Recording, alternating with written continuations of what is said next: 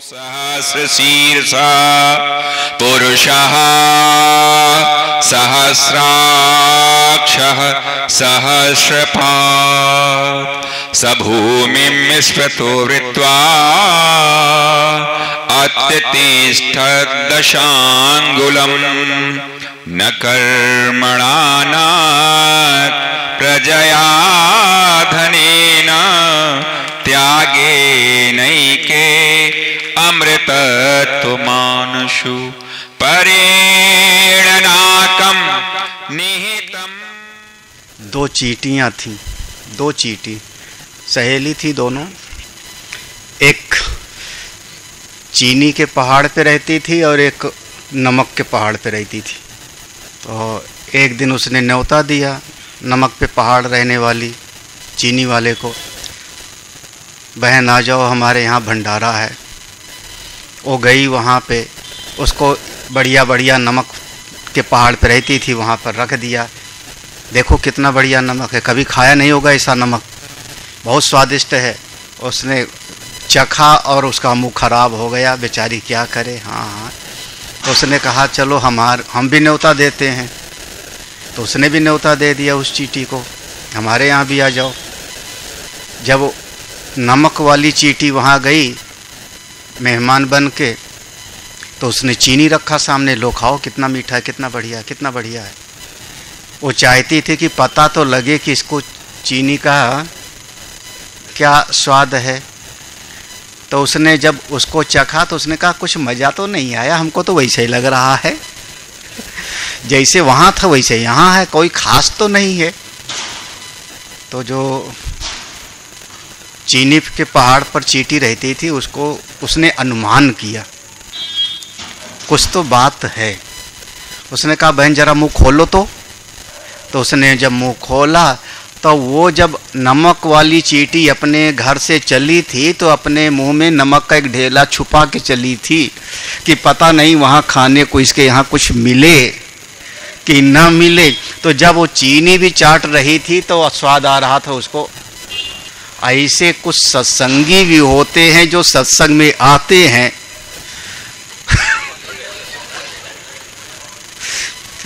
समझ में आया क्या? ज़्यादा समझ में आ गया तो आगे बढ़ूँ फिर।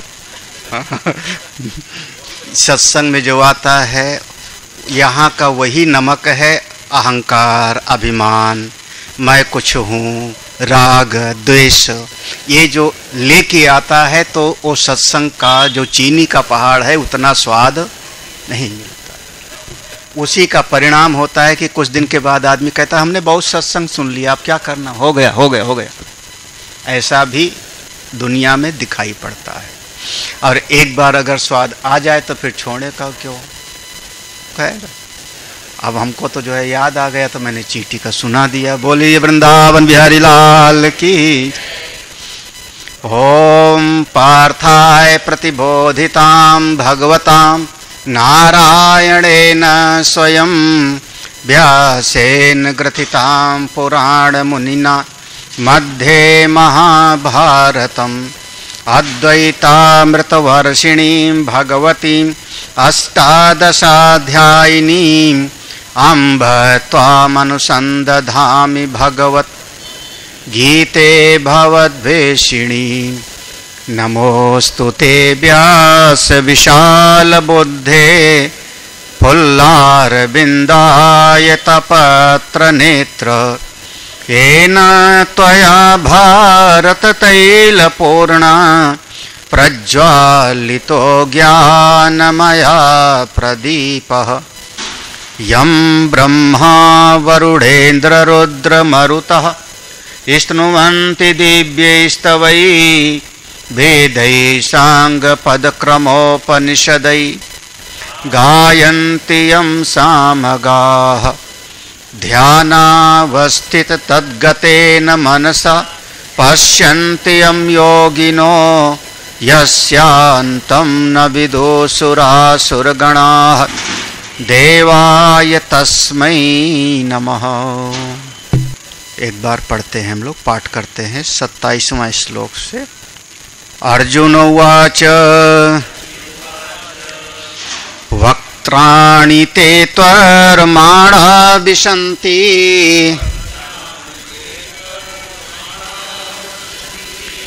दंष्ट्रा करालानि भयानकानि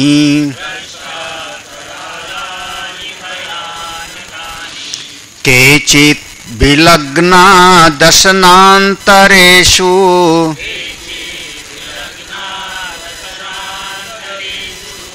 संदृश्यन्ते चूर्णितैरुत्तमाङ्गैः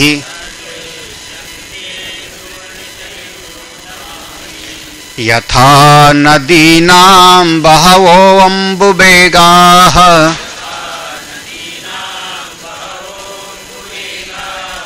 समुद्रमेवाभिमुखा द्रवन्ति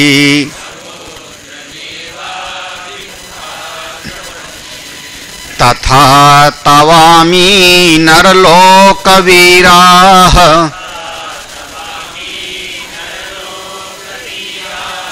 विशन्ति वक्त्राण्यभिज्वलन्ति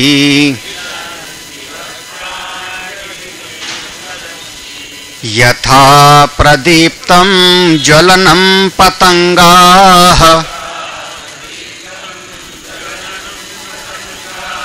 विशन्ति नाशाय समृद्धवेगाः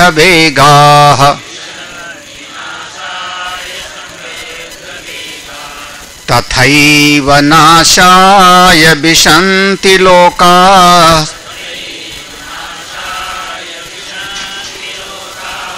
तवापि वक्त्राणि समृद्धवेगाः। अर्जुन की प्रार्थना है, हे कृष्ण, हे मेरे प्रभु, मैं आपके उस विश्व रूप का दर्शन करना चाहता हूँ, आपके विराट स्वरूप का दर्शन करना चाहता हूँ, एक में अनेक की अनुभूति करना चाहता हूँ। भगवान ने दिव्य दृष्टि दिया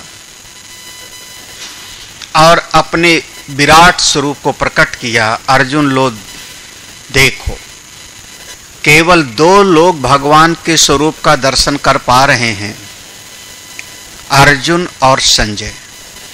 तीसरा आप कह सकते हो भगवान वेद व्यास जी भी दर्शन कर रहे हैं, तभी तो महाभारत में लिखा होगा, तो व्यास भगवान भी दर्शन कर रहे हैं। और भी समझना चाहो तो हनुमान जी भी दर्शन कर ही रहे होंगे, क्योंकि वो अर्जुन के रथ के ध्वज की जगह पर विराजमान है। बाकी और जितना वहां 18 अक्षौणी सेना के लोग खड़े हैं, चाहे पांडव की तरफ से चाहे कौरव की तरफ से, उनको भगवान के इस विराट स्वरूप का दर्शन नहीं हो रहा। लेकिन अर्जुन को लगता है कि जैसे हमको दिखाई पड़ रहा, इनको भी दिखाई पड़ रहा। इसलिए अर्जुन कहता है सब डरे हुए से हैं, सब भयभीत हैं, क्योंकि अर्जुन खुद उस समय पर भयभीत है। भगवान के इस स्वरूप को देखने की सामर्थ्य सब में नहीं होती। अनेकानेक मुख हैं उनके, अनेक नेत्र हैं, अनेक उनके भुजाएं हैं, अनेक उनके उदर भी हैं, उनके मुख में बड़े बड़े दांत हैं और उनकी तरफ सब के सब प्रवेश करते चले जा रहे हैं।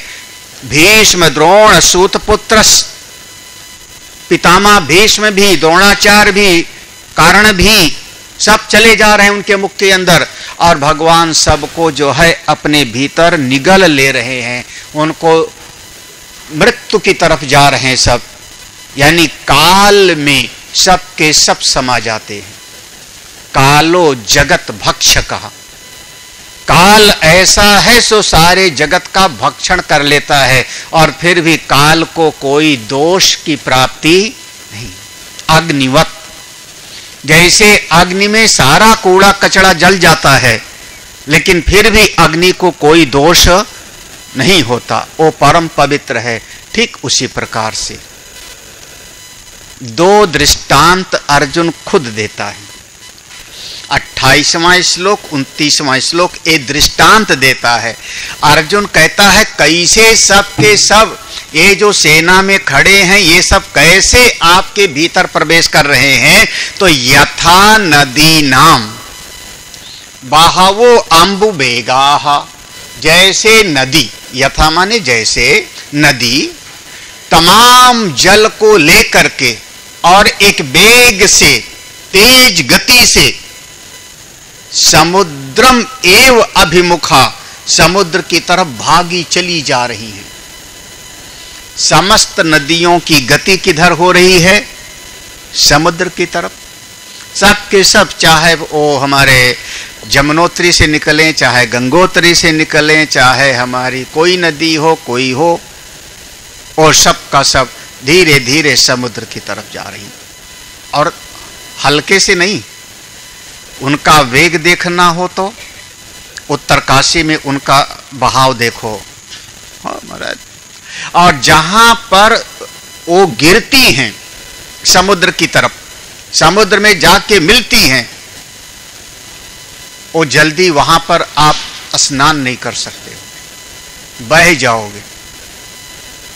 वास्तव में गंगा जी जहां समुद्र में जाकर के मिलती हैं, वो जगह तो कहीं और है, बगल में है, थोड़ा दूर है।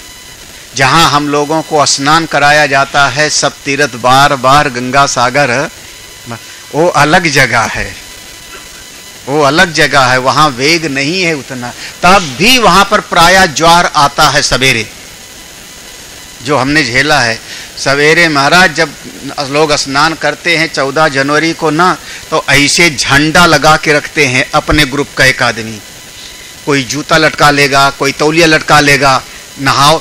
हम जहां कपड़ा उतार के नहाने गए, जब लौट के आए तो जगह पानी पानी था। डुबकी लगाए आए, पानी पानी था, यानी जो साथ में खड़े थे सब पोटली उठा के उधर चले गए थे 14 जनवरी वाले में। हाँ, बाकी बाद में जब हमारा ग्रुप गया था तब नहीं। नदियां सब वेग में चली जाती हैं समुद्र की तरफ। तथा उसी प्रकार से ताव अमी नरलोक बीरा, उसी प्रकार से आपके मुख में नरलोक बीरा, अमी नरलोक, ये सब के सब जिनका नाम लिया था, भीष्म, द्रोण, सूतपुत्र, ये सब के सब आपके वक्त्राणी, आपके मुख में विशंति प्रवेश, और आपका मुख खुला हुआ है बिल्कुल, वहां से ज्वालाएं निकल रही हैं, जैसे कि आपका मुख वो खाने के लिए तैयार है, जैसे अग्नि की ज्वाला होती है। ये भगवान का विराट स्वरूप है। श्रद्धा से स्वीकार करो, श्रद्धा से, भक्ति से। हाँ, ये प्रत्यक्ष प्रमाण का विषय नहीं होता। जो आंखों से दिखाई पड़ता है वो 5 महाभूत का बना हुआ संसार दिखता है। ब्रह्म की अनुभूति होती है। आपके भीतर सुख है कि दुख है, आप इसको आंखों से नहीं दिखा सकते हो, प्रत्यक्ष नहीं दिखा सकते हो। आप उसके लक्षण बता सकते हो कि आदमी सुखी होगा तो चेहरा मुस्कुराता हुआ होगा, दुखी होगा तो चेहरा उसका उतरा हुआ होगा, वो लक्षण है। राग है कि द्वेष है, इसको आप दिखा नहीं सकते हो। प्रेम है, भीतर की घृणा है, ये प्रत्यक्ष का विषय नहीं है। उसके लक्षण दिखते हैं तो मन मान कर लेते हैं। जो प्रत्यक्ष का विषय है वो पंच भौतिक जगत है, ब्रह्म अनुभूति का विषय है, ब्रह्म की अनुभूति होती है। संसार का प्रत्यक्ष होता है, लेकिन ईश्वर तत्व को श्रद्धा से स्वीकार करते हैं। ईश्वर तत्व वह प्रत्यक्ष का, नेत्रों का विषय नहीं है। और अगर किसी को नेत्रों से दिखाई भी पड़ता है तो वो अंतर्ध्यान भी हो जाएगा, दिखा और अंतर्ध्यान होगा, नित्य नहीं दिखेगा। ऐसा आपका स्वरूप है। दूसरा दृष्टांत दिया 29वें श्लोक में, यथा जैसे प्रदीप्तम ज्वलनम, जैसे कहीं पर अग्नि प्रज्वलित हो रही है और शाम का समय है, उस प्रज्वलित अग्नि को देख करके, या कहीं कहीं पर प्रकाश का बल्ब लगा हो, जंगल आदि में देखो, लैंप पोस्ट के पास देखो, तो हजारों पतंगे कीड़े, पतंगा, हजारों कीड़े पतंगे नासाय समृद्ध वेगा, तेज गति से, अपनी पूरी गति से उस अग्नि की तरफ दौड़ लगाते हैं। काहे के लिए? काहे के लिए? उनको अच्छा लगता होगा, उनको अच्छा लगता होगा तभी तो दौड़ते हैं, उनको मजा आता होगा, चलो चलो। और जब वहां जाते हैं तो सब के सब उस अग्नि के लपट से भस्म हो जाते हैं। सवेरे झाड़ू लगाते तो कितने सारे कीड़े मरे हुए निकलते हैं। बाहर आपके बरामदे में बल्ब जला के छोड़ दो, बरामदे में बल्ब जला के छोड़ दो बरसात वगैरह में, और फिर सवेरे आप झाड़ू लगाओ तो देखो इतने ही निकलते हैं। महाराज क्यों मर गए? बोले उसके आकर्षण में गए होंगे। भागवत में एक प्रसंग में कहा कि 5 प्रकार से जीव अपने मन को आसक्त करके प्राणी और मर जाते हैं। हिरन है वो शब्द में आसक्त होकर मर जाता है। हिरन को पकड़ने वाला जो बहेलिया होता है वो बांसुरी बजाने में बहुत होशियार होता है। जंगल में जाके बांसुरी बजाता है, हिरन आता है, हिरन उसकी धुन से मोहित हो जाता है, संगीत से मोहित हो जाता है, और बांसुरी बंद नहीं करता, बजाते बजाते जाता है और उसको गले में रस्सी डाल देता है। शब्द में उसका मन आसक्त हुआ और बंधन मिलता है। हाथी है वो स्पर्श में जाकर के बंध जाता है। हाथी जब पकड़े जाते हैं, आसाम की तरफ बहुत पकड़े जाते हैं, तो बहुत बड़ा सा गड्ढा खोदते हैं, बहुत बड़ा गड्ढा खोदते हैं और ऊपर उसको पतली पतली लकड़ी से ढक देते हैं, जमीन जैसा दिखता है, और उसके ऊपर नकली हथनी बना देते हैं। हाँ, गत्ते का नकली बना देते। कोई हाथी उधर से आता है, हथनी को देखता है और दौड़ता है उधर। जब उधर जाता है उसका पांव जैसे वो लकड़ियों पर पड़ता है, लकड़ियां टूट जाती हैं और गड्ढे के अंदर चला जाता है। फिर वो चिंगाड़ मारता है। 2-3 दिन तक उसको भूखा रखते हैं हाथी को, क्योंकि उस समय उसके शरीर में बल है। 2-3 दिन तक जब भूखा रहेगा तो उसके बाद फिर दूसरी तरफ से एक गड्ढा, एक रास्ता खोदते हैं नीचे उतरने का। एक तरफ से रास्ता बनाते हैं और फिर नीचे उतरने के लिए कोई पालतू हाथी, जो पालतू हाथी है सिखाया हुआ, पहले उसको नीचे भेजते हैं और फिर उस हाथी को ऊपर ले आते हैं, उसके पांव में जंजीर डालते हैं और लकड़ी ढुलवाते हैं। फिर आसाम की तरफ लकड़ी ढोने के काम आता है। केरला में शोभा यात्रा में रखते हैं हाथी को। फंस गया, स्पर्श में आसक्त। पतंगा है, ये पतंगा उस आकर्षण रूप में आसक्त होकर के मर गया। एक विषय, केवल एक विषय, चाहे जितना पेट भरा होवे, लेकिन पता नहीं क्यों मछली, अगर जरा सा कांटा डाला और उस कांटे में चारा है तो मछली जाकर के उसको, जब पेट भरा है तो क्यों खाती है। ऐसे ये हमारे प्राणियों की भी बहुत हालत खराब है। चाहे जितना पेट भरा हो, सामने पकौड़े रखो तो एक पकौड़ा उठा के चख ही लेगा। फंसो फिर, है ना। एक विषय में आसक्त होता, एक विषय में आसक्त हुआ, किसमें? रस में, रस में, और बंधा, मारी गई।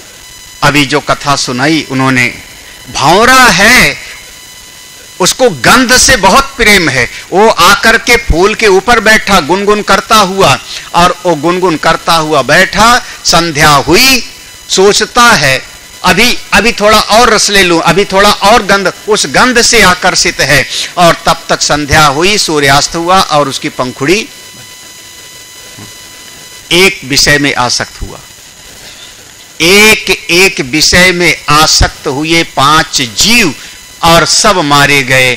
वहां भागवत जी में कहा, हे मनुष्य, तुम तो 5 में आसक्त हो, तुम्हारा क्या होगा? तुमको तो शब्द भी सुनना चाहिए, संगीत भी चाहिए, स्पर्श भी चाहिए, रूप देख के भी लोभित होते हो, रस में भी तुम्हारा मन है और गंध में भी जाते हो, तो तुम तो 5 विषय में आसक्त हो। क्या गति होगी तुम्हारी? उपाय क्या है? उपाय क्या है? उपाय भी तो बताओ महाराज, केवल बीमारी बताने से काम थोड़े चलता है। स्वामी राम तीर्थ के जीवन की घटना है। स्वामी राम तीर्थ लाहौर में जब वो प्रोफेसर थे, उस समय पर डलिया में लेके फल वगैरह बेचा करते थे। तो एक डलिया में लेके बुढ़िया कोई सेब बेच रही थी, सेब उनको बहुत पसंद था, खरीद लिया, लेके आए और ला करके रख दिया, हाथ पांव धोया खाने के लिए। फिर उन्होंने कहा मैंने सेब खरीद क्यों लिया, जबकि उनको एप्पल बहुत पसंद है। इसका मतलब मैं तो मन का गुलाम हो गया, नहीं खाना। अब अंतर्द्वंद उनके भीतर होने लगा, अंतर्द्वंद। एक मन कहता है खा लो, एक मन कहता है नहीं, मन का गुलाम थोड़े हूं मैं, मन का स्वामी, नहीं खाना। एक दिन बीता, 2 दिन बीता और ये अंतर्द्वंद चलता रहा। तीसरे चौथे दिन वो सेब सड़ गया। जब सेब देखा सड़ गया तो उठा के फेंका और फिर उनका अब हमने मन की गुलामी, ये साधना के स्वरूप है। ये बढ़िया दृष्टांत हमको याद आ गया। हमारे पूज्य गुरुदेव अपने गुरुजी के पास जब पढ़ते थे, स्वामी तपोवन महाराज के पास, उत्तर काशी, भिक्षा मांग करके लाते थे, वही खाना है। भिक्षा में उस समय उत्तर काशी में कुछ मिलता भी नहीं था। हाँ, दाल रोटी भी मिल जाए तो कई बार 2-2 दिन की सूखी रोटी पानी में भिगो के खाएं। कोई जाता ही नहीं था उत्तर काशी, उस समय कोई रास्ता सड़क थोड़ी थी। सन 40, 42, 43, 44 कोई दक्षिण भारत का व्यक्ति आया, स्वामी तपोवन का भगत था वो, हमारे दादा गुरुदेव का भक्त था, क्योंकि वो भी केरला के थे, मलयाली, अंग्रेजी के प्रकांड विद्वान। तो गुरुदेव उन्हीं से पढ़ा करते थे। उनके पास आए और मिठाई की डलिया लेके आए। ये गुरुदेव ने हम लोगों को सुनाया, मिठाई की डलिया लेके आए। तो गुरुदेव ने कहा चिन्मय ये मेरे कमरे के टाड़ पे रख दे। छोटा सा कुटिया, अभी भी कुटिया वैसे बनाए रखा है उसको, 8 बाई 10 का कमरा, स्लेटी छत, बस इतना ही था उनका। उसमें एक ऐसे टाण जैसे बना था, उसी पर डलिया रखवा दिया। शाम को पाठ हुआ तो जितने विद्यार्थी थे 4-6, वो विद्यार्थियों के मन में था कि वो मिठाई अब मिलेगी, प्रवचन के बाद में मिठाई ही मिलेगी जो आया था भगत। प्रवचन हो गया, पूर्णमदा हो गया, मिठाई नहीं मिली। दूसरा दिन हुआ सवेरे, फिर पाठ में बैठे। अब विद्यार्थी जितने हैं उनका मन पाठ में कम लगे मिठाई क्योंकि वहां खाने को कुछ नहीं मिलता था, मिठाई रखा हो गया। दूसरे दिन दोनों सवेरे का शाम का पाठ हो गया, बिल्कुल मिठाई का कोई नाम नहीं लिया उन्होंने। तीसरे दिन विद्यार्थियों के मन में आया गुरुजी कमरे में अकेले खाते होंगे अकेले अकेले खा रहे होंगे। अब वो बैठ करके वो पढ़ा रहे हैं उपनिषद और विद्यार्थियों के मन में आ रहा है खुद ही मिठाई खाए जा रहे हैं, उपनिषद पढ़ा। जब उनका मन नहीं लग रहा विद्यार्थियों को पढ़ने में, तो स्वामी जी पहचान गए कि कुछ तो बात है। तो एक दिन पाठ चल रहा है, उपनिषद का पाठ चल रहा था, शांकर भाष्य पढ़ा रहे हैं, और उतने में फिर उन्होंने कहा गोविंद, उनके जो शिष्य है हमारे गुरुदेव, 3-4 प्रधान, गोविंद अरे वो मिठाई आई थी भूल गए, ले आ ले आ ले आ। अब गोविंद अंदर गए।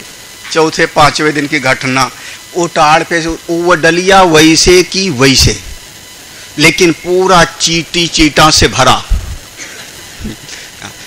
ला के जब सामने रखा, तमाम चीटे चीटा, अरे अभी खाने लायक नहीं, ले जा गंगा मैया को दिया। गंगा मैया डाला और गंगा मैया में ले जाके उनको प्रवाहित करा दिया पूरी मिठाई।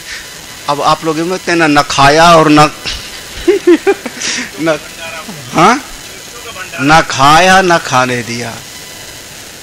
इस मन को साधने के लिए बहुत उपाय करने पड़ते हैं, मन को साधने के लिए। इसके लिए सब साधनाएं हैं। यहाँ एक दृष्टांत से हमको याद आ गया, मन पर विजयी होना है तो आपका जो मन कह रहा है उसकी मत सुनो, बुद्धि की सुनो। मन के मति न चालिए, मन के मति चाल, बुद्धि की सुनो। बुद्धि आपका विवेक करती है, विचार करती है।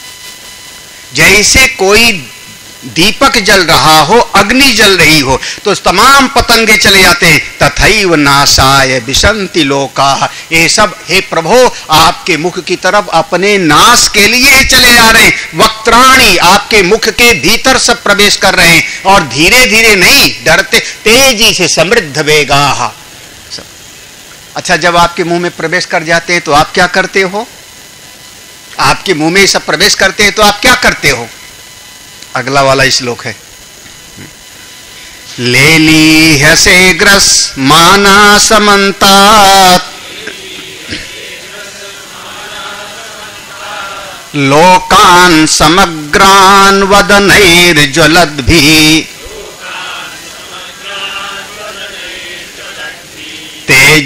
तेजोभिरापूर्य जगत् समग्रम्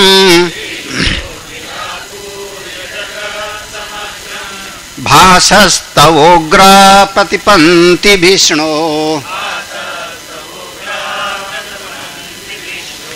आख्याहि मे को भवानुग्र रूपो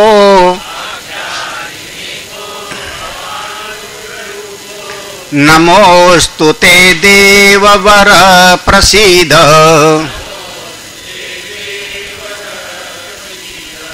विज्ञातुमिच्छामि भवन्तमाद्यम्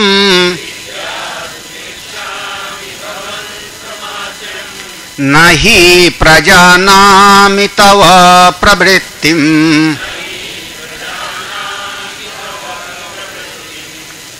लेलीह्यसे ग्रस्मानः, जब आपके मुख में समन्तात माने चारों तरफ से आ जाते हैं तो आप लेलीह्यसे, आप उनका स्वाद लेते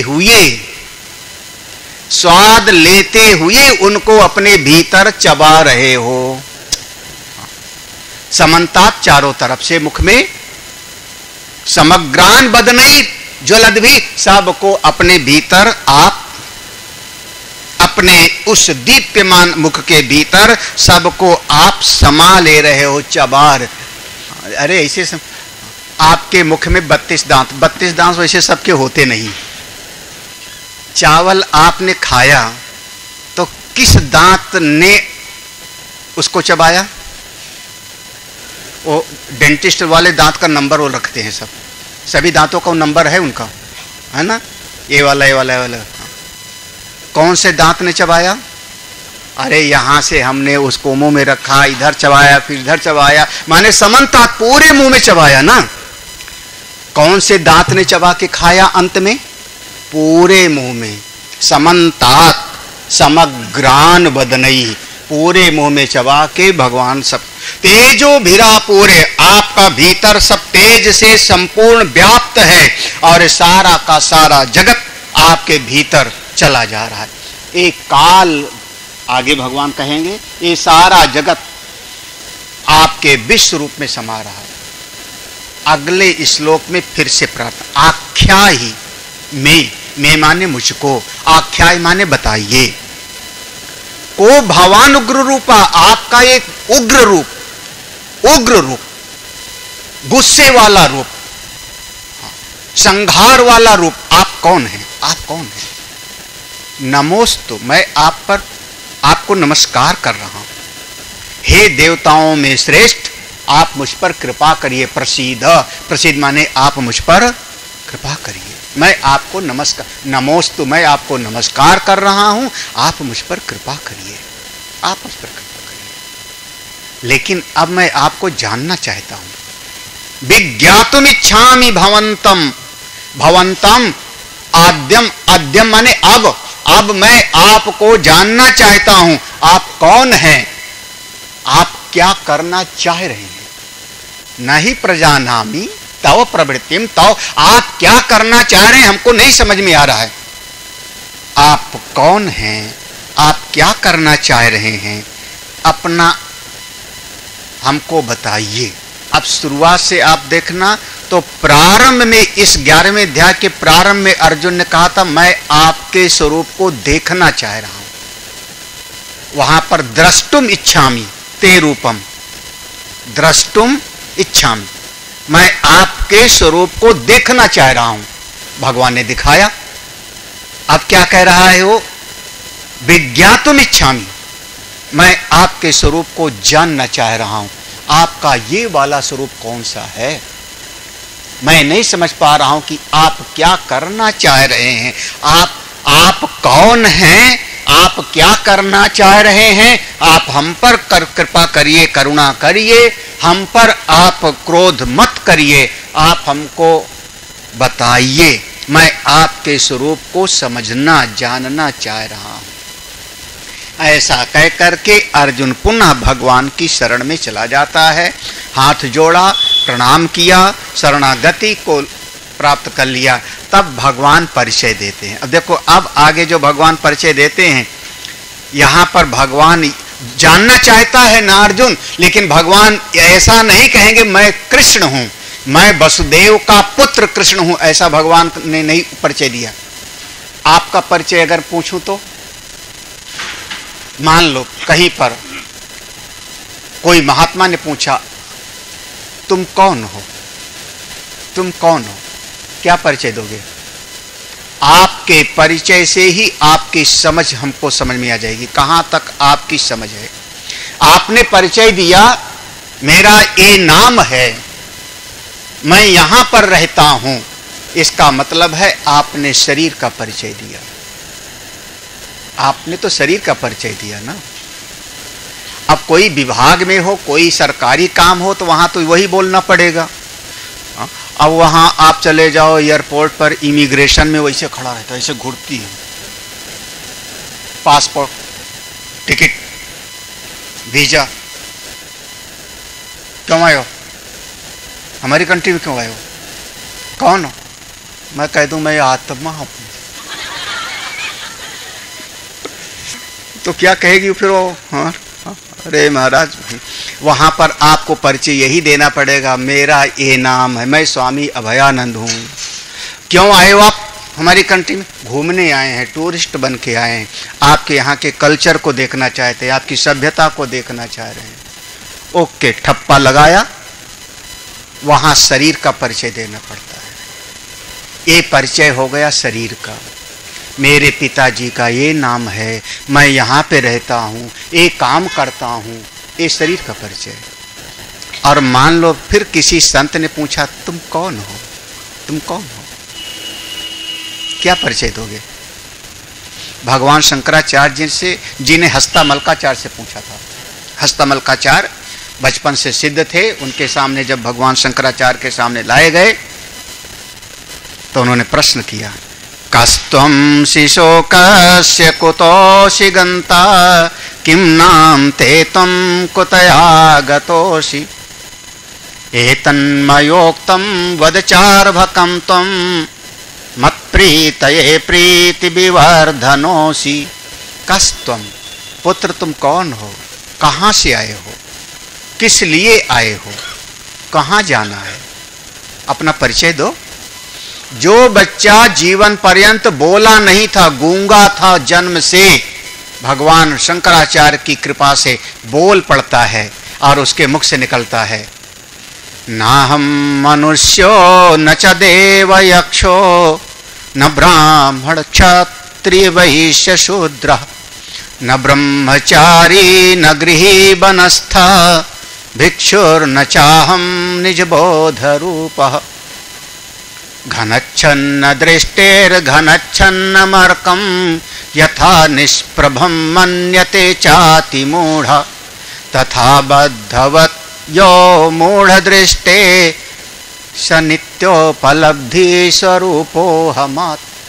ना हम मनुष्यो, मैं मनुष्य नहीं हूं, देवता नहीं हूं, यक्ष नहीं हूं, गंधर्व नहीं हूं, ब्राह्मण क्षत्रिय वैश्य शूद्र नहीं हूं, ब्रह्मचारी गृहस्थी वानप्रस्थी सन्यासी नहीं हूं, मैं तो शुद्ध चेतन हूं, निज बोध रूप। ऐसा परिचय दिया था। जब वो परिचय दिया, भगवान शंकराचार्य जी बहुत प्रसन्न हो गए।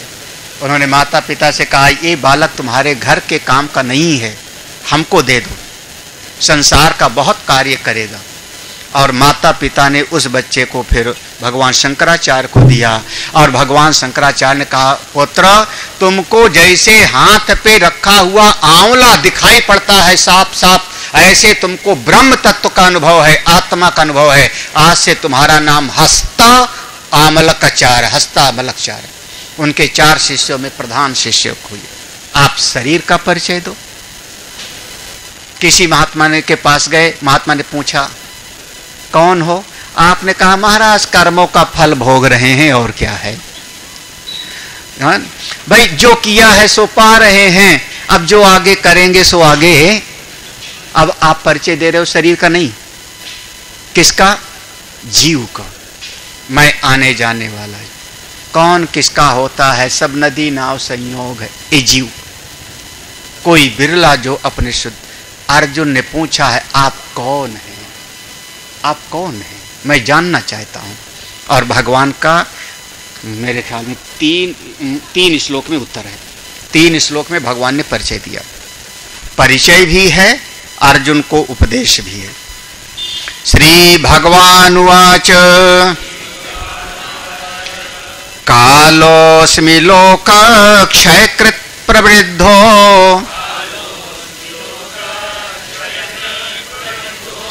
लोकान् समाहर्तुमिह प्रवृत्तः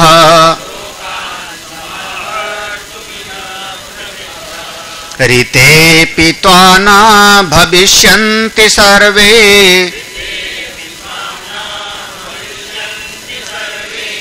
एव स्थिता प्रत्यनीकेषु योधाः।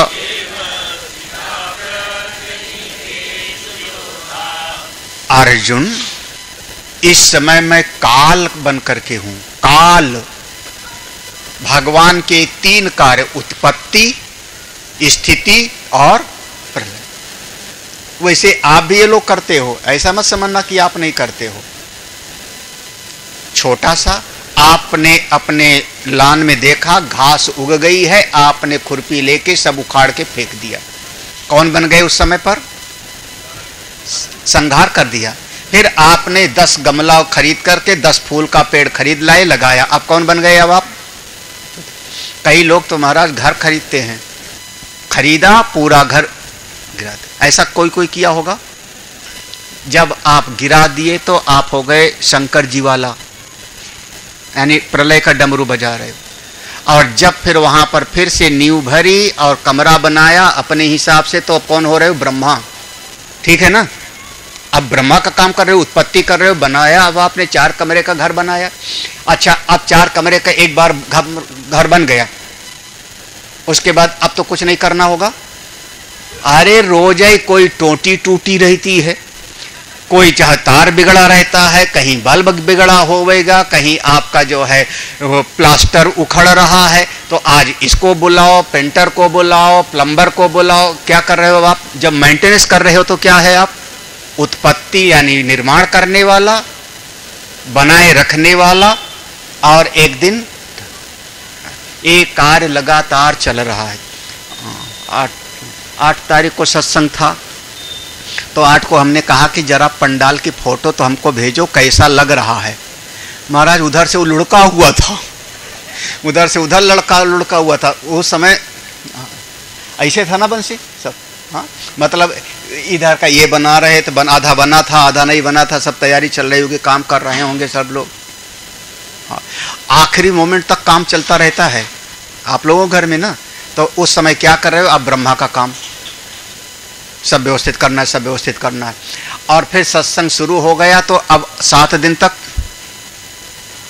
व्यवस्थित बनाए रखना है। कुर्सी यहाँ से उठा के ठीक से रखो, ये करो, ये करो, करो। माइक ठीक चल रहा है। हाँ। कौन हो गए अब आप? बनाए रखने वाले। और 14 की रात में जैसे यहां आरती हो के हम जाएंगे, उसके बाद 15 तारीख को आके इसी पार्क को देखना, राजाजीपुरम वाले। फिर यहाँ वही पेड़, वही घास, साफ सफा चट एकदम वही। ये ब्रह्मा विष्णु महेश, उत्पत्ति स्थिति और प्रलय, ये तीनों निरंतर चल रहा। ये मत समझना कि ब्रह्मा जी ने एक बार बना दिया छुट्टी, ऐसा नहीं है। निरंतर उत्पत्ति हो रही है ना। एक बीज नष्ट हुआ, अंकुर पैदा हुआ, अंकुर नष्ट हो गया, उसके बाद तना पैदा हुआ, उसमें कली नष्ट हो गई तो उसमें फूल निकला, फूल नष्ट हो गया तो उसमें फल निकला। तो ये ब्रह्मा का काम निरंतर चल रहा है और विष्णु का काम भी निरंतर चल रहा है और प्रलय वाला भी, ये तीनों देवता का काम चल रहा है, उत्पत्ति स्थिति प्रलय। मैं इस समय प्रलयंकारी बन के हूं, कालो अस्मि। मैं बार बार कह रहा हूं भगवान के विराट स्वरूप यानी विस्तृत काल को देखो, काल से बड़ा और कुछ नहीं है, काल से बड़ा कुछ नहीं। हम लोग देश और काल, टाइम और स्पेस, ये दो पर ज्यादा विचार साइंटिस्ट का नहीं है। इसको तो उन्होंने स्वीकार ही कर लिया। कितना अंतरिक्ष है, बस 1 करोड़ प्रकाश वर्ष दूर, 2 करोड़ प्रकाश वर्ष दूर। और नई थ्योरी है कि वो कहते हैं कि यह अंतरिक्ष फैल रहा है, उनकी नई थ्योरी है, ये फैल रहा है, बड़ा हो रहा है। हम कहते हैं ये तो हमारे शास्त्र में पहले लिखा हुआ है, ब्रह्मा, ब्रह्म माने बृहत्त्वात्, जो हमेशा बढ़ता जावे, जिससे बड़ा और कुछ। और आपने जरा सा नापा, ये इतना, आज इतना, बस जैसे कहा एक काल हो गया। 1 घंटा पहले सत्संग शुरू हुआ, अब चल रहा है, इसका मतलब क्या हुआ? 1 घंटा पहले यानी काल। काल और आकाश, ये दोनों, इस समय मैं काल स्वरूप हूं। काय के लिए? लोक क्षय कृत प्रविद्धा, ये समय मुझको प्रलय करना है महाराज। हाँ, एक लहर आती है, एक भूकंप आता है, सब नष्ट। लोक क्षय कृत, लोकान समाहर्तुम, ये समय मैं सबको समेटने के लिए तैयार हूं। ऋते पित्वा, ऋते सत्य बात है, बिल्कुल सत्य बात है। तो अगर तुम तैयार नहीं होगे युद्ध करने के लिए तो भी ये सब के सब रहेंगे नहीं, मारे जाएंगे। रीते अपि त्वा न भविष्यति, अगर तुम नहीं मानोगे, नहीं युद्ध करोगे तो भी ये सब के सब मारे जाएंगे। कोई अमृत पी के नहीं आए हैं ये सब। कौन? ये अवस्थिता जो यहां इकट्ठा हैं, प्रत्यनीकेषु योधा, प्रति धन अनीकेशु, अनीक माने युद्ध, अनीकेशु माने युद्ध के मैदान में, प्रति माने प्रत्यनीकेश है, तो ऐसा इसको यहां पर थोड़ा संस्कृत है। प्रति धन अनीकेशु, अनीकेश बनेगा अनिक से किसमें? सप्तमी में अनीकेश। इस रणभूमि में जो लोग योद्धा लोग अवस्थित हैं ये सब मारे जाएंगे, कोई रहने वाला नहीं, सब के सब मरने वाले हैं। यानी अच्छा, भगवान से बड़ा भविष्यवक्ता कौन होगा? आप सब लोग तो लिए कुंडली दौड़े रहते हो, महाराज हाथ देखो बताओ, हाथ देखो बताओ। तो रीते अपि त्वा न भविष्यन्ति, परम सत्य यही है कि तुम्हारे बगैर भी ये सब एक दिन मर जाएंगे, जो योद्धा लोग खड़े हैं। इसलिए क्या करना है तुमको अर्जुन? अगले श्लोक में उपदेश है। अब ये 2 श्लोक भगवान ने अर्जुन को आज्ञा दिया है, आज्ञा है। आज्ञा माने तुमको ये करना ही है। तस्मात् त्वमुत्तिष्ठ यशो लभस्व,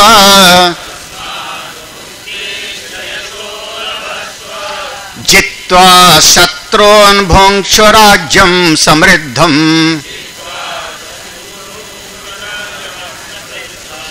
मयैवैते निहिता पूर्वमेव,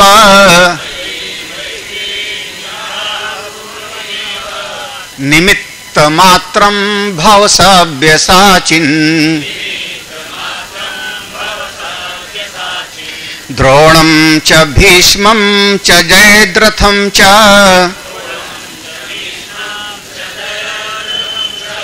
कर्णं तथान्यानपि योधवीरान्, मया हतांस्त्वं जहिमा व्यथिष्ठ,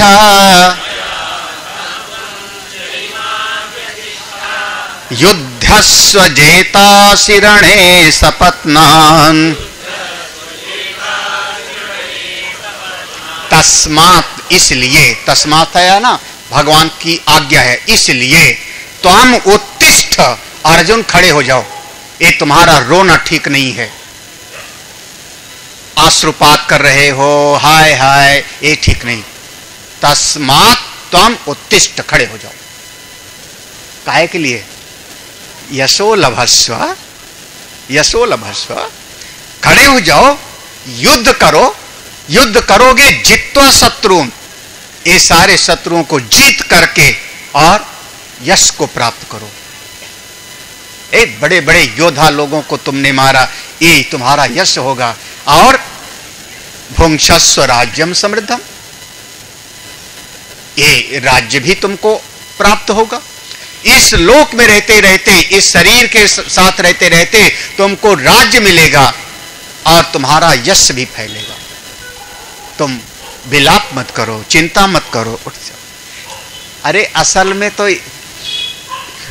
ये मत समझना कि तुम्हारे मारने से तुमको कोई दोष लगेगा ना, कोई पाप नहीं लगेगा, क्योंकि ये सब मरे हुए ही हैं। माया येव एते निहिता, मेरे द्वारा पहले ही मारे जा चुके हैं, मेरे द्वारा ये पहले ही मारे जा चुके हैं। यानी काल की दृष्टि से सब।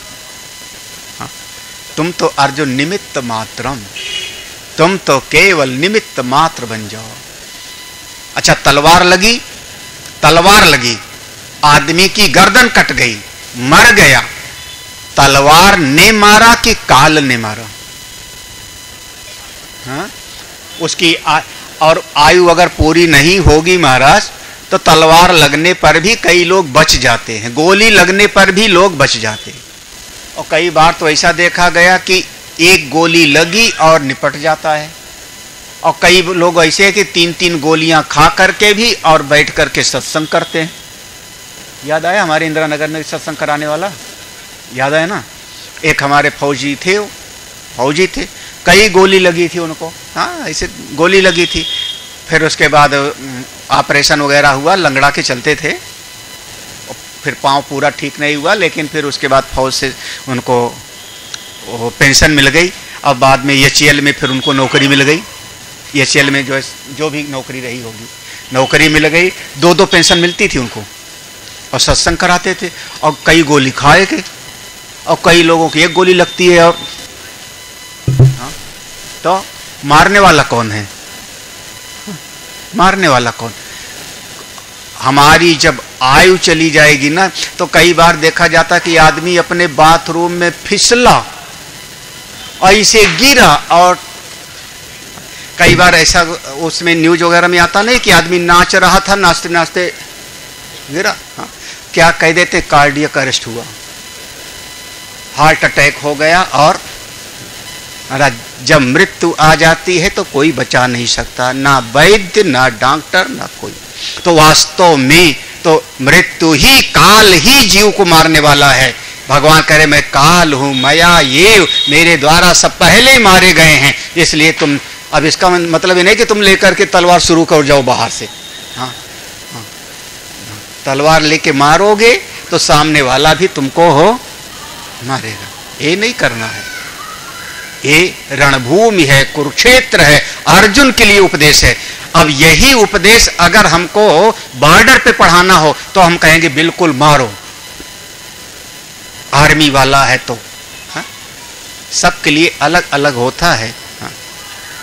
निमित्त मात्रम, ये शब्द बहुत बढ़िया है, खूब चिंतन वाला। निमित्त मात्रम, अर्जुन तुम तो निमित्त बन जाओ। निमित्त माने मेरे हाथ का हथियार, औजार।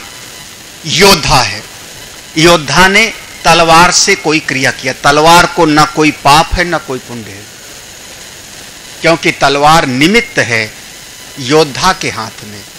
अगर किसी की रक्षा किया है तो पुण्य होगा योद्धा को, किसी का अनावश्यक गर्दन काटी है तो पाप होगा योद्धा को। तलवार को कोई पाप नहीं और तलवार को कोई, क्योंकि तलवार निमित्त है। 2 सेनाएं लड़ती हैं, हजारों लोग उसमें मर जाते हैं, कोई एक जीत जाता है, कोई एक हार जाता है।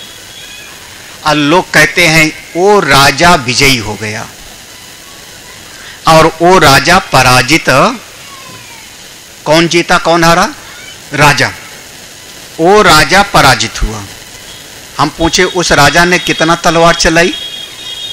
राजा जीत और हार वो राजा की मानी जाती है, लेकिन लड़ते हैं योद्धा। योद्धा उनके राजा के हाथ के निमित्त हैं। कितनी गोली चलाई होगी पुतिन ने? आजकल पुतिन का नाम है ना दो, हाँ, कितनी गोली चलाई होगी उन्होंने? कौन, क्या नाम है उसका, जलने वाला, हाँ, जेलेंस्की, हाँ, कितनी गोली चलाई होगी उसने? लेकिन युद्ध का मुखिया वो है, उसके निमित्त है सैनिक। वो सैनिकों को पाप पुण्य नहीं लग रहा है, सैनिकों को पाप पुण्य नहीं लग रहा है। बड़ा आश्चर्य यही है, एक सैनिक है 50 लोगों को मार के आता है बॉर्डर पर, हम उसको कहते हैं शहीद है, वीर गति प्राप्त हुआ, उसकी मूर्ति लगाएंगे, हम सम्मान देंगे। हाँ, ये अलग बात है कि वही सैनिक अपने घर पे आवे और किसी को जरा सा कर देवे ना, मुकदमा चलेगा। एक सैनिक और था, पान सिंह तोमर करके, किसी ने नाम सुना हो तो, हाँ, बाद में डकैत बन गया था ना, आर्मी में था, फौजी था। उस समय उसको कोई ना कोई मेडल आदि मिला था, और बाद में वो घर पे आया तो डाकू बन गया। बड़ा नाम हुआ उसको चंबल में, हाँ, पिक्चर। अच्छा अच्छा, तो निमित्त मात्रम, आप सब निमित्त हो।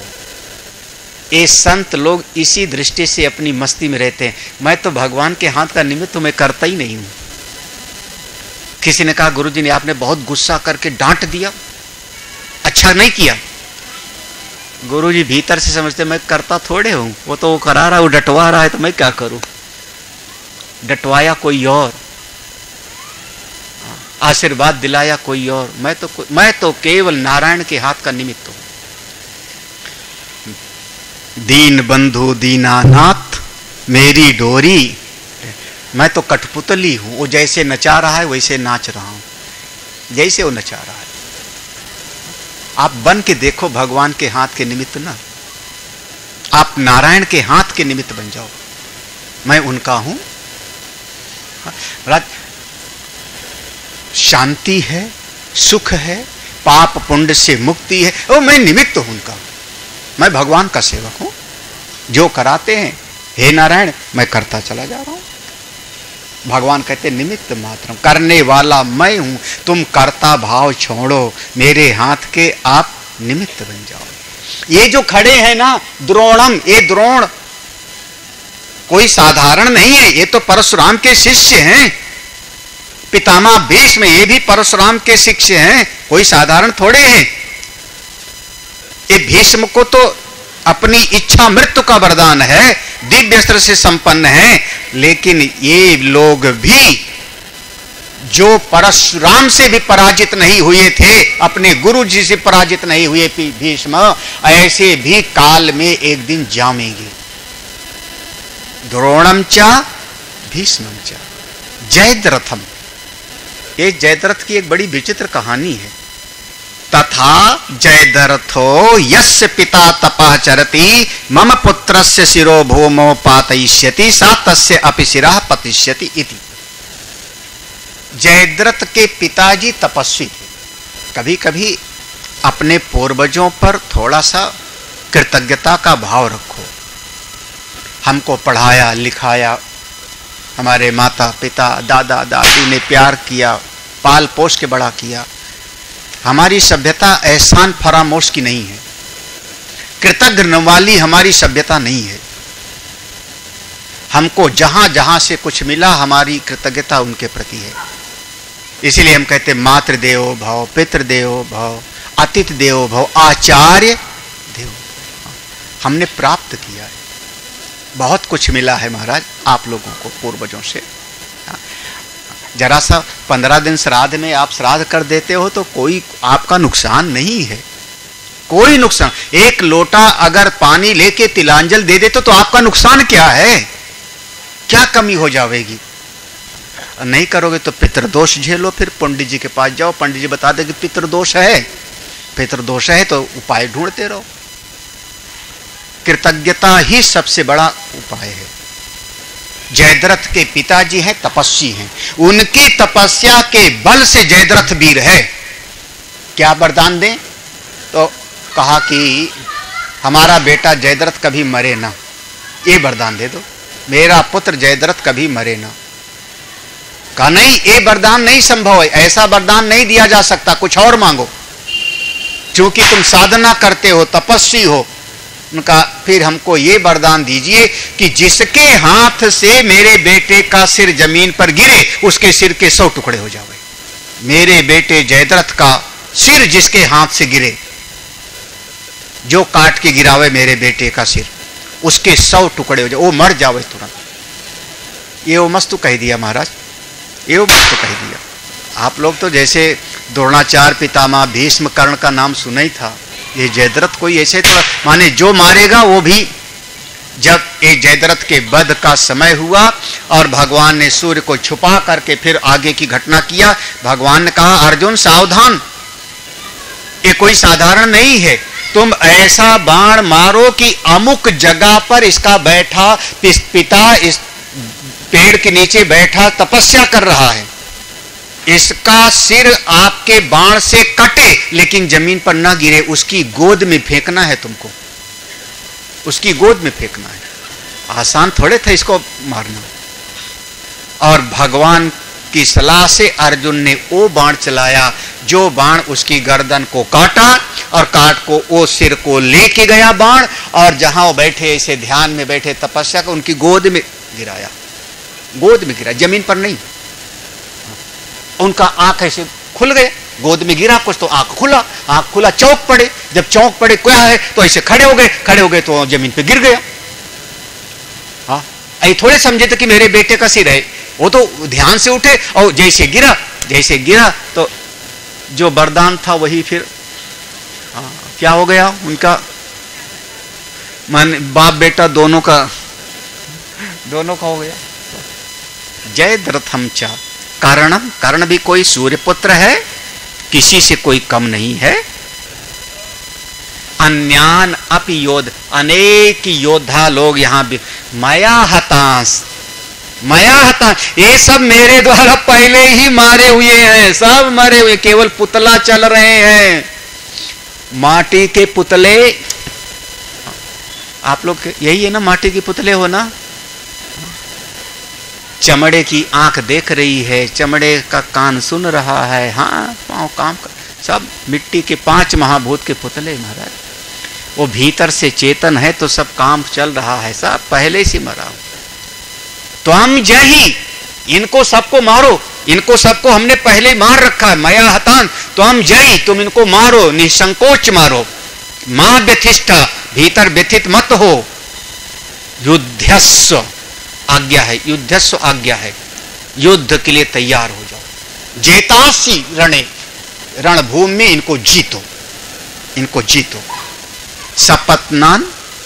सपत्नान इनके साथियों के साथ, इनके सहायकों के साथ, जो इनकी सहायता करने वाले, जो इनकी रक्षा करने वाले हैं, उनके साथ, सबके साथ में इनको जीतो। इतना भगवान का उपदेश हुआ, ये भगवान का सीधे उपदेश है। और एक श्लोक में संजय संगति लगाते हैं। अब बीच में क्या, संजय उवाच एतत् श्रुत्वा वचनं केशवस्य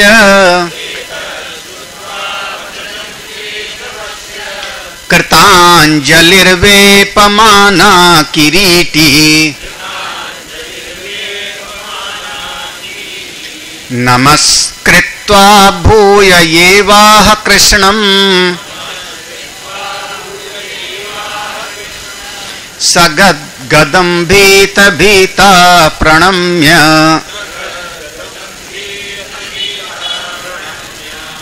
ये संजय बीच में संगति लगा। एतत् श्रुत्वा, भगवान का ये उपदेश सुन करके, वचनम भगवान का ये वचन, केशव का वचन सुन करके, किरीटी, यहाँ किरीटी माने अर्जुन, अर्जुन कृतांजलिर हाथ जोड़ा, बेप माना माने थोड़ा कपकपी, कोई घबराया हुआ हो तो उसकी आवाज भी थोड़ी सी कांपती है ना, तो कांपती हुई आवाज में अर्जुन हाथ जोड़ करके नमस्कृत्वा नमस्कार किया।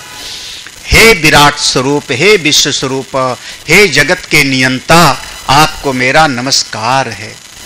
नमस्कार माने अपने अहंकार को झुका लो।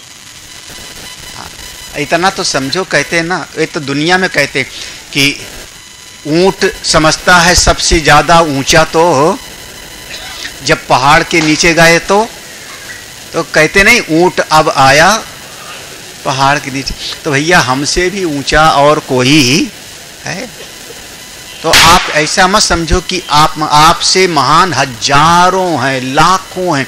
जो काम आप कर रहे हो ना, वो काम ना जाने कितने लोगों ने पहले कर लिया है।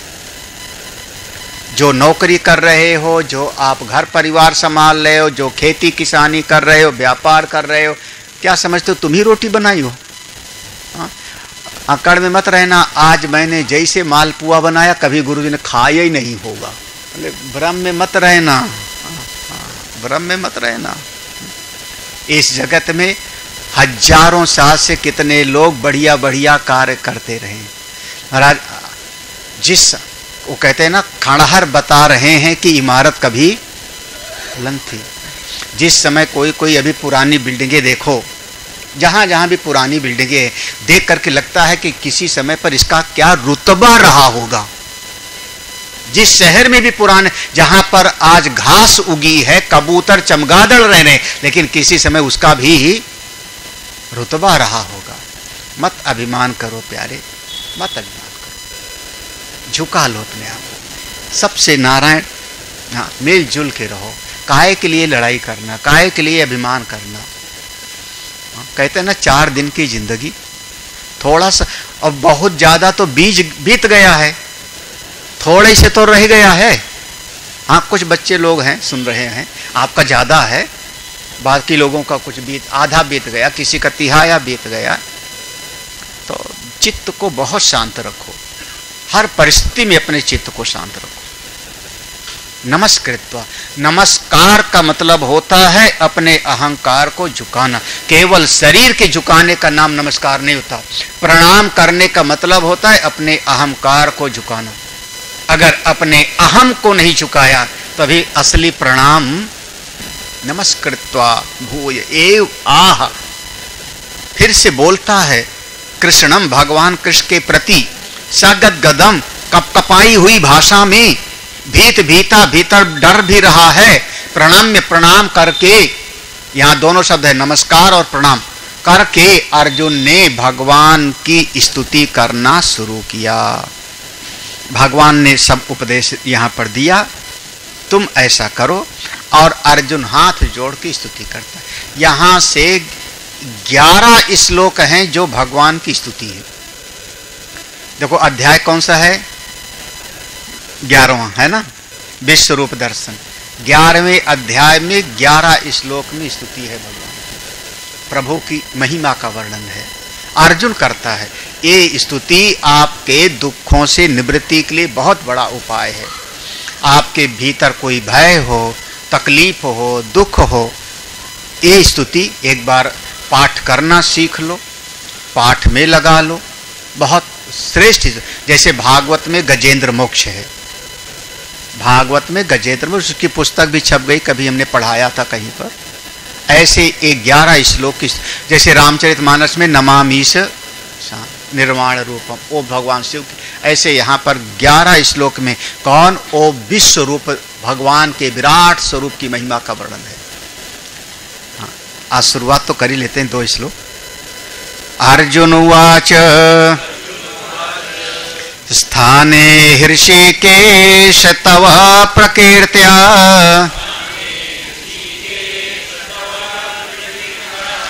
जगत् प्रहृष्यत्य अनुरज्यते च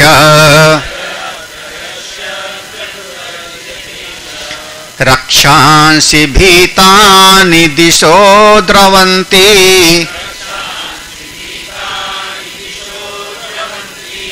सर्वे नमस्यन्ति च सिद्ध संघाः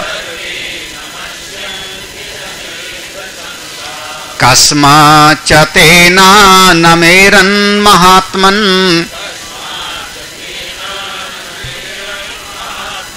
गरीयसे ब्रह्मणोऽप्यादिकर्त्रे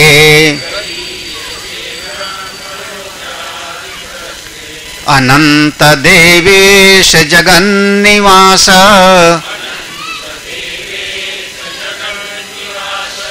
त्वमक्षरं सद् असत्तत्परं यत्।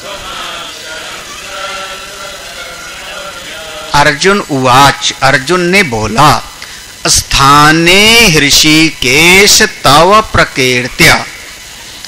स्थाने माने आपके अवस्थित रहते ही, आपके होने पर ही बिल्कुल सही है, ऐसा हो सकता है। आपके होने पर ऐसा हो सकता है, आपके नहीं होने पर फिर ऐसा नहीं। इसको कहते हैं ये बिल्कुल सही है, उचित है। ताओ प्रकीर्त्या, आपकी जो महिमा है, आपका महात्म्य है, वो यही है कृष्ण कि जगत प्रहृष्यत, ये संसार के लोग सुखी होते, प्रहृष्यत माने सुखी होते, अनुरज्यते माने आसक्त होते हैं, ममता करते हैं। संसार के लोग सुखी होते हैं, संसार के लोग आसक्त होते हैं। कब? जब भीतर आप अवस्थित हो। अब तो कठिन नहीं लगना चाहिए। अरे भीतर जिंदा हो तभी तो खुश हो। हाँ, मर जावे अब उसको रसगुल्ला खिलाओ, हाँ, पानी तक मुंह में नहीं जाता फिर। हाँ, तुलसी दल डालते हैं फिर भी वो भीतर नहीं जाता ना। तो कब कब कब आप खा के सुखी हो रहे हो? जब भीतर जिंदा हो, आपके भीतर वो चेतन है। कब कब मेरे अपने हैं, मेरे अपने भाई बंधु, कब बोल रहे हो? हाँ, जब आप जिंदा हो। अच्छा, अब मर गया तो ये जितना पहने हुए हो ना सब उतार लेते हैं घर वाले। महाराज वैसे आजकल ऐसे चुटकुला बहुत चलते हैं। हमारे गले का नेकलेस उतार लेंगे, हमारे ये सब कपड़े उठा करके सब फेंक देंगे, है ना? ऐसा करते हैं ना। जिस खटिया पर लेटते थे बुढ़ौती में, वो खटिया भी बाहर, कपड़े फेंक देंगे। और जो सोना होना है वो जो प्रॉपर्टी है, जमीन है, कागज है, वो भी फेंक दो फिर। महाराज ये दुनिया के लोग इतना मीठा मीठा गप, तो ये सब ऐसे है। आपके गले का सोना होना नहीं फेंकेंगे। समझ? कम से कम डरी के भगवान का भजन करो। भय बिन होय ना। वो और कोई ऐसा नहीं है, सबके सामने आ रहा है और हमारे सामने आगे कभी न कभी आएगा, तो तैयार रहना चाहिए। बिल्कुल जिंदगी ऐसे ही है। अभी जिंदगी जो जी रहे हो ना, ज्यादातर वही बुजुर्ग लोग हैं, बच्चों को छोड़ के कह रहा हूं। हाँ, ब्रह्मा जी ने बनाया, अब लो कहानी सुन लो। ब्रह्मा जी ने सृष्टि बनाना शुरू किया तो सबसे पहले आदमी को बनाया। 50 साल उम्र ले, 50 साल। उसके बाद फिर ब्रह्मा जी ने बनाया बैल को, ले तू भी 50 साल उम्र ले, हमारे यहां कोई भेदभाव नहीं है, जा। तब तक उसके बाद फिर बनाया घर में जो पाला जाता है, हाँ, उसको कितने बोले, ले 50 साल तू भी ले, हम कोई पक्षपात थोड़े करते, तू भी 50 साल ले ले। उसके बाद बनाया चमगादड़ को, उल्लू को। उसने कहा हमारी उम्र, बोले ले तू भी 50 ले ले, सबको बराबर 50। जब सबको 50-50 मिल गया, आदमी को लगा 25 साल। हाँ, आदमी को 25 साल मिला। तो आदमी को लगा कि क्या, तो सबके बाद में आदमी आया बेचारा ना। आदमी सबके बाद में आया तो उसको 25 से ही रह गया था, 25 मिला। उसने कहा क्या करूं, हमारे पास तो कम है, सबको 50-50 दे दियो। बैल को 50 दे दिया, अपने कुत्ते को 50 दे दिया, उल्लू को 50 दे दिया, हमारे पास 25 साल है, कम है। ब्रह्मा जी ने कहा मेरी झोली में जितना था मैंने बांट दिया, ये लोग कुछ बंटवारा करना चाहें तो ले ले। बैल ने कहा एक काम बताओ, मेरा काम क्या होगा? ब्रह्मा जी ने कहा हल जलाना और क्या, कोलू में जुतना।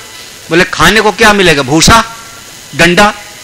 उसने कहा बड़ा खराब है, फिर हमारी आधी उम्र इसको दे दो ना।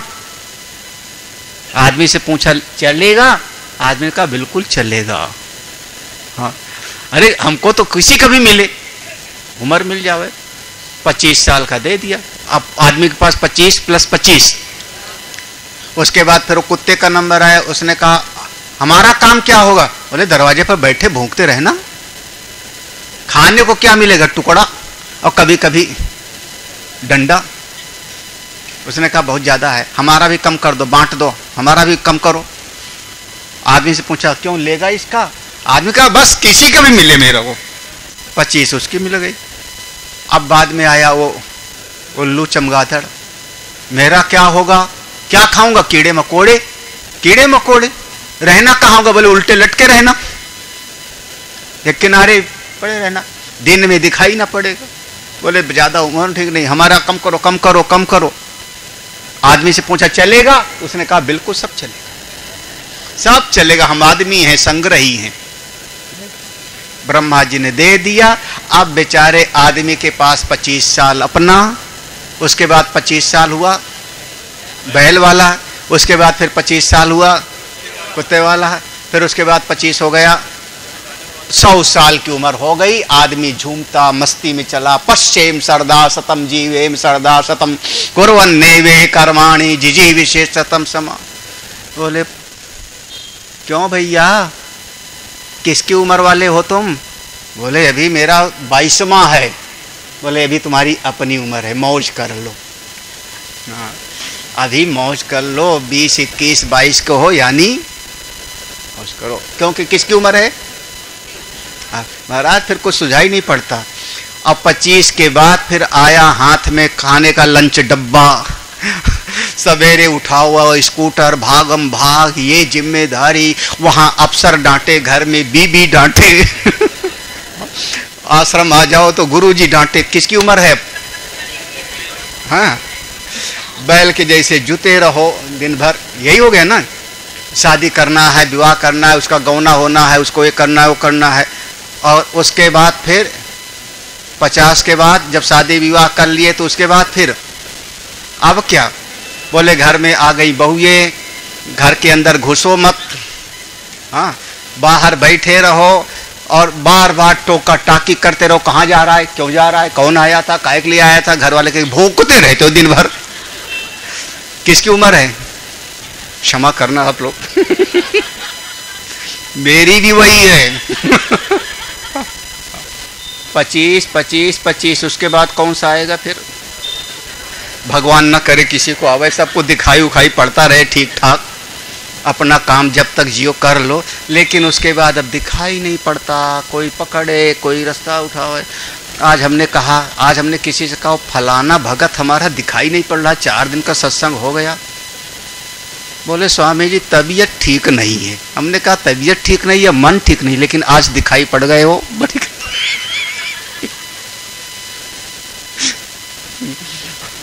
अब उम्र कौन सी है? वही वाली है और क्या। हाँ, हम किसको बोल रहे हैं? हम तो तुमको बोल रहे हैं।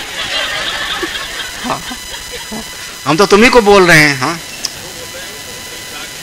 बस जब किसी को बोला जाता है तो उसको लगता है किसको कहा जा रहा है। तुमको पता नहीं, तुम्ही को बोला जा रहा है। भोले वृंदावन बिहारी लाल की। इस हाँ, अभी 75 नहीं हुई हो।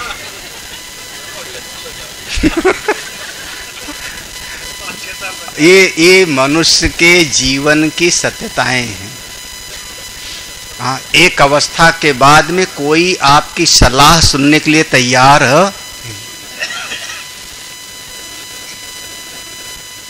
यावत् पवनो निवसति देहे तावत् पृच्छति कुशलं गेहे गतिवति वायो देहापाये गतिवति वायो देहापाये वार्ता कोपि न पृच्छति गेहे भज गोविंदम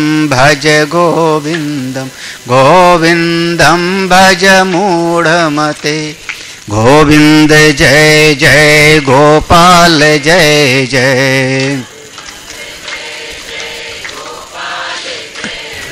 राधा रमण हरि गोविंद जय जय। राधा रमण हरि गोविंद जय जय। गोविंद जय जय गोपाल जय जय। राधा रमण हरि गोविंद जय जय। भगवान का आश्रय बहुत बड़ा आश्रय है। शास्त्र का, संत का, भगवान का वो आश्रय बहुत आश्रय भी बनाओ तो कमजोर नहीं। लता है, बेल है, उसको ऊपर उठने के लिए एक सहारा चाहिए। हम लोग खंभा गाड़ देते हैं, बांस गाड़ देते हैं, लेकिन कमजोर बांस ना हो, दीमक लगा हुआ ना हो, नहीं तो बांसे गिर जाएगा। मजबूत बांस होगा तो बेल ऊपर उठती है। ऐसे संसार का आश्रय कमजोर आश्रय है। आश्रय लेना है भगवान का लो, शास्त्र का लो, खूब आगे बढ़ो। आज यहाँ सत्संग को विश्राम देते हैं। ये अर्जुन की स्तुति, हम कल इस पर थोड़ा आगे के श्लोक हैं विचार करते हैं। ओम पूर्णमदः पूर्णमिदं पूर्णात् पूर्णमुदच्यते पूर्णस्य पूर्णमादाय पूर्णमेवावशिष्यते। ओम शांति।